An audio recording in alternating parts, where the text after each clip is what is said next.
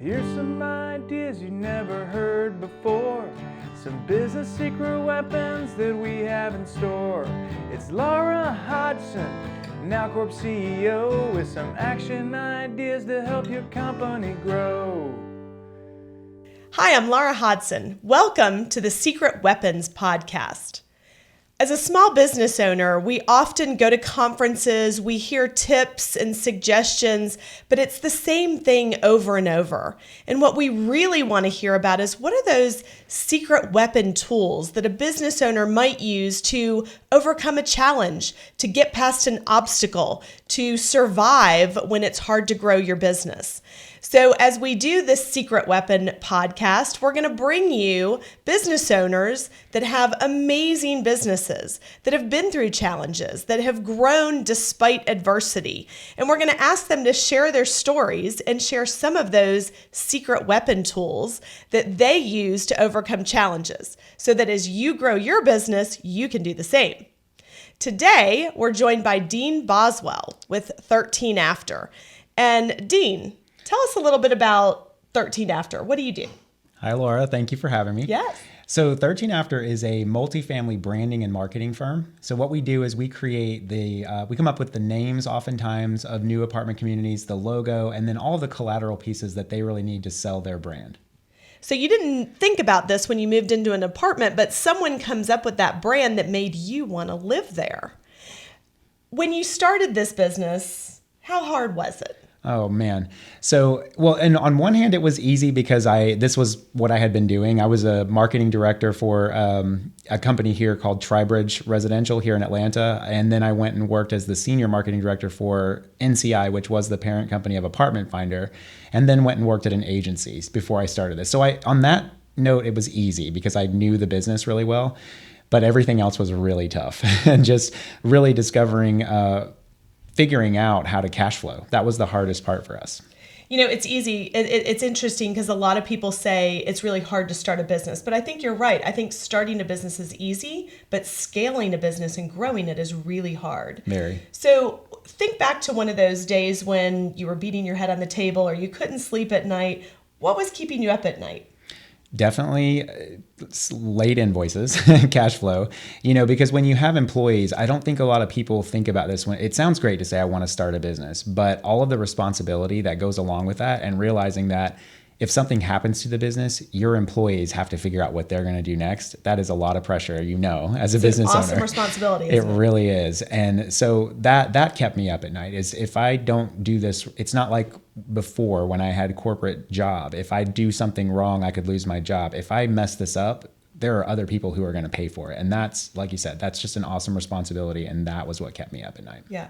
So as you faced some of these challenges, whether it was a customer not paying on time or immediately, or the stress of hiring more employees and growing or bringing more contractors on, what are some of those, I call them secret weapons? What are some of the tools that you came up with? Maybe it's a personal kind of attribute that you used or that you called upon, or even an actual physical tool that you use. Mm-hmm. So my secret weapon, I would say, has been my business advisor. And I encourage everyone to do this. Find a mentor, find someone that can guide you, someone who's been there. Because when I started the business, I had always worked in a corporate environment and always had that steady paycheck. And as a new business, you don't have that. You have to figure out how to make it happen. And my business advisor is the one who sort of read through my resume and said, you need to be a business owner. I've heard all of what you've had to say. You need to be a business owner. And I actually hired him and talked to him once a month, and I still do. And that has definitely changed things for me. So I have a question. Where do you find a business advisor? I don't think they're in the yellow pages. Do we still have yellow pages? I think you can find them on Google. You could look it up. If you're interested, I could give you the name of mine. He's amazing. His name's Al Stewart, and his company is Business Mentors. But you can, I would just encourage you to find someone that you click with. And I think you'll know that in the first interview. And I did with Al. One thing about him is that he keeps it real with me. He's not going to tell me what I want to hear. And that's what I need. And so, one of the things he said to me recently is, Dean, you just refuse to be fearless. And I'm scared of everything. But I'm actually jumping out of a plane in a month on my birthday. And I've always been so afraid to do it. But I just feel like if I want to take my business to the next level, I need to just overcome any fears that I have.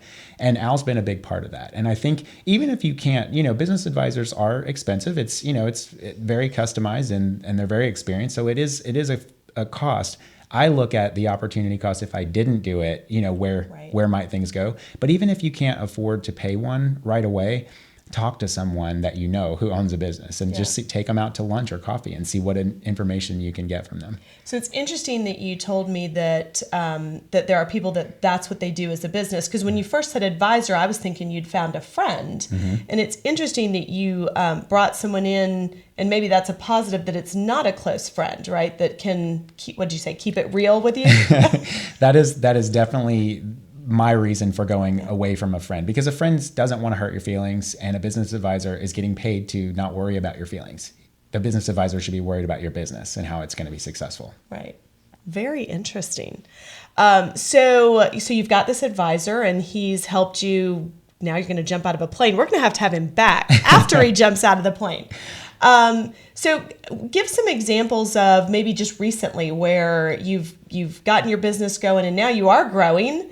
And so are there any other examples of things that happen that might seem insignificant, but they really are kind of a challenge that caused you to pause your growth or think differently about it? And how did you overcome that? One of the things for me, so I'm a virtual agency, so we have no offices anywhere. Everyone works from home, and that takes a unique person, I think. Not everyone wants to work from home, but because we have no offices and because we're virtual, I got very comfortable in, I can be anywhere. I can be out in California working, I can be over in Europe working, wherever I want to be, which is great. But what that did for me was sort of took my eye off of sales. And so for us, we've had that ebb and flow of sales. So that has really taught me that I have to be back here in Atlanta, which is where my core clients are, and really stay focused on, getting in front of them, because you don't want to just put sales on autopilot. Even if you get a good flow, it can quickly go away and it begins to change the dynamic. As hard as it is to get that ball rolling, it's twice as hard sometimes to get it rolling again once it's stopped, it seems. Well, and that's a really good point, because I think when people hear sales, they think of that initial sale, like I got the deal. But talk about how the second sale, the follow-on sale, is the harder part. It is. And for me, sales is all about relationships. When I go and sell a client something, I truly believe in it. I believe in what we do. And so when I am selling a client something, I absolutely believe we're going to give them what they're paying for, and it's going to make them very happy.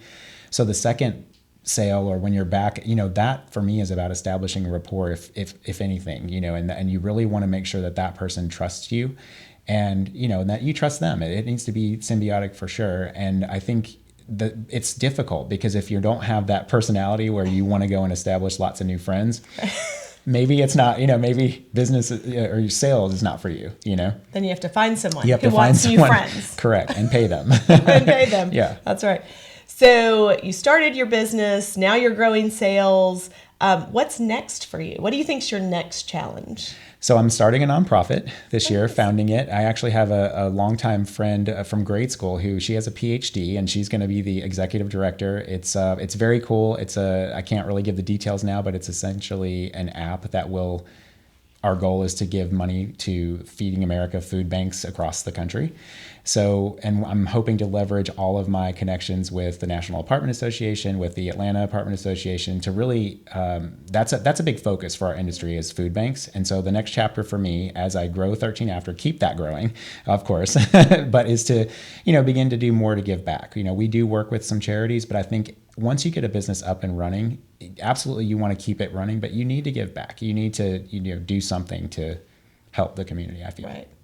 So I think what we've heard today, which I think is invaluable, is first, get an advisor, right? It's what you don't know that'll take you down, not what you do. And you were very prepared to start your business. The second is make sure that advisor is maybe not your best friend, but someone who's gonna not just pat you on the back when you need it, but really kind of kick you in the butt when you don't know you need it.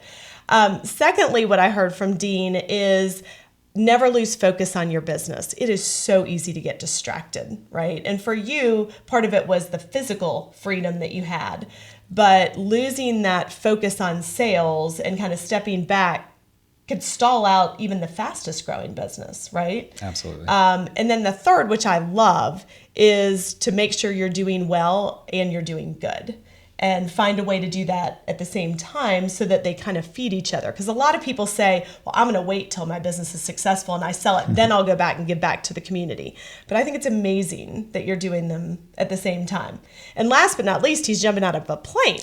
I mean, good Lord, we're going to have to talk to you in a month after you've done this, how to become fearless. Yeah.